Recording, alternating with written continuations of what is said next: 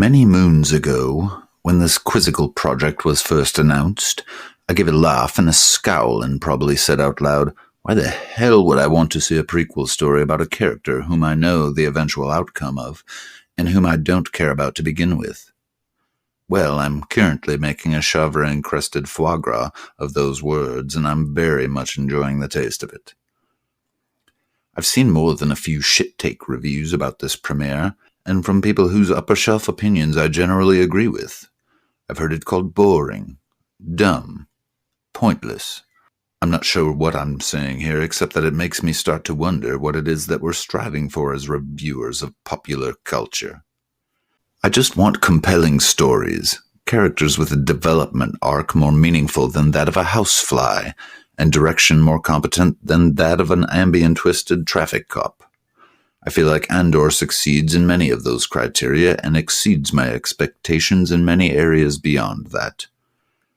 The first thing you notice about this show is that it has a very gritty, lived-in look, something sorely lacking from the more recent entries in the Star Wars franchise. Mando and the Book of Fett both look fine, but when watching them I was consistently aware that these are sets. The world of Andor has a layer of grime that's very difficult to pull off convincingly. The darks are suitably dark, and the streets are dank and dirty. The original trilogy had this. The prequels have the look of a high-gloss lipstick on a particularly unattractive pig. Here we meet Cassian Andor, a lone traveler searching for his sister. His journey has led him into a dimly lit techno-brothel. As he waits at the bar, a pair of off-duty corporate police officers trade insults with him. One of the bar maidens approaches him, and he asks her for information about the whereabouts of his sister. She doesn't know anything, only that the girl went missing some time ago. As Andor exits the building, he's followed by two officers who attempt to rob him at gunpoint. Andor quickly punches one of them in the throat and wrestles the gun from the other. Finding that the first officer has died, he makes a decision to kill the other one, leaving no witnesses. He returns to his ship and leaves the planet.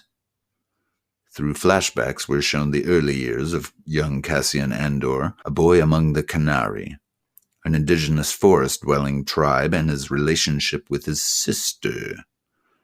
A nice touch is that the scenes with the Canary tribe have no subtitles. We're forced to interpret what they're saying through context, body language. The humor is subtle but effective. It provides levity without lessening the impact of the more dramatic tones and situations.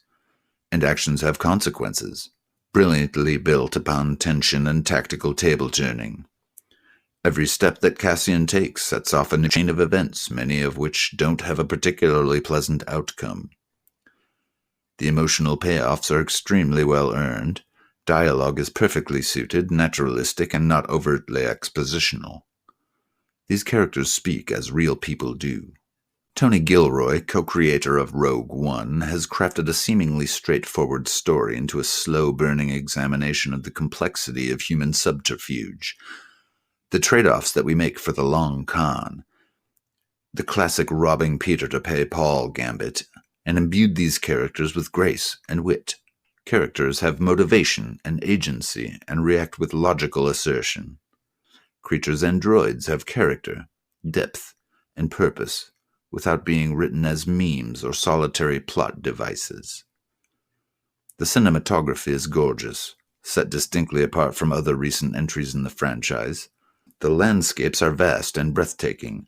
The cityscapes and junkyards are layered heavily, oozing atmosphere with a life all of their own. A friend predicated to me that if we didn't know this show were connected to the Star Wars cinematic universe, that it wouldn't even register as a product comparable to the rest of the canon. And the more I think about it, the more I agree with that. It really doesn't have any of that which we, as a collective knowledge base, generally consider to be iconically Star Wars. Gone is the painfully awkward dialogue of the prequel trilogy. Gone is the stupendously convoluted and contrived plot of the sequel trilogy. Gone is the embarrassing fan service parade of both The Mandalorian and the Book of Boba Fett. Gone is the obscene, guffaw-inducing character assassination of other legendary characters. There are no Jedi. There is no unseen force which guides us and binds the universe together. There are no lightsabers. To quote MatCat83, this is blue-collar Star Wars. And I quite agree. This is a show with storytelling integrity, stakes, and a palpable appreciation for the look, feel, and sound of that which made Star Wars great to begin with. This is a show that is beholden to none, and is all the better for it. This is a story outside of might and magic, a descent into the back alleys of the galaxy where the sun doesn't often shine. This is Star Wars without heroes or villains, where everyone has an angle, but must claw their way to the next small breathing space within the confining limits of human existence. And I'm grateful for the catharsis which it provides.